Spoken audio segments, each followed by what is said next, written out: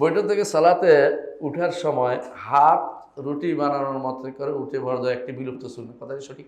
সঠিক না, সঠিক না। হাদিসটা দুর্বল, হাদিসটা দুর্বল। কথা কি বলছি? দুর্বল। যতজন সহি বলছে ঠিক বলেন, দুর্বল হাদিস। পরীক্ষিত, আমার কাছে পরীক্ষিত, আমি আলোচনা করছি লম্বা, আলোচনা মানে লম্বা গবেষণা করছি। শুধু এটাকে বিলুপ্ত সুন্নাহ বানানো ঠিক না।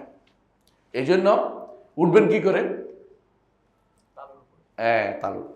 এইটা আর যেগুলো উঠতে না পারেন, মানে উঠতে পারেন স্বাভাবিক, তো এটা দেওয়া জরুরি না, প্রয়োজনের সুন্নত এটা। প্রয়োজন, বুঝছেন? মানে দরকার, উঠতে পারতেছেন না, তখন আপনার এমনি উঠবেন।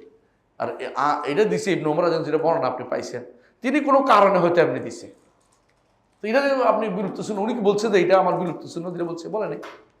তো আপনি ওইটা দেখছেন, একজনেরটা দেখে আলোচনা করেন, অন্যরা হাত দিয়ে উঠছে, এটা দেখেন আলোচনা করেন না কেন? এটা হলো কিছু মানুষ বাড়াবাড়ি করে, এটা বিলুপ্ত সুন্নাহ না।